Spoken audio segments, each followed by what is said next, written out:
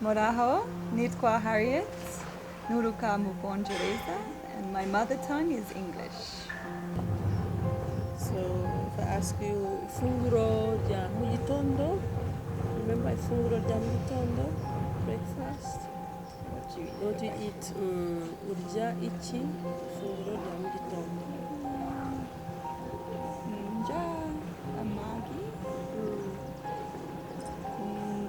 n'umugati. N'umugati, amagi n'umugati, yes. Urya amagi n'umugati.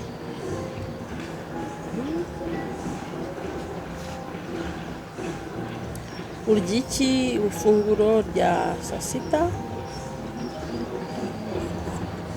Lunch, what do you eat?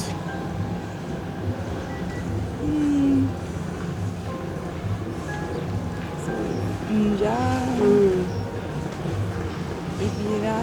Ibirayi n'ibishimbo. n'ibishyimbo. Yego. Ibirayi n'ibishyimbo.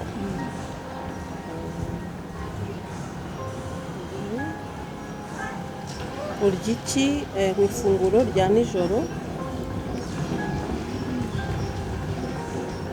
Nja mboga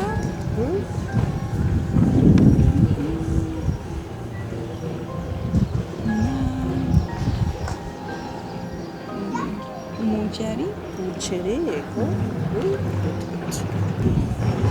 Iki mu Rwanda? What do you like to eat in Rwanda? So I like Nkunda, good. But you remember NK? Yes. Nkunda.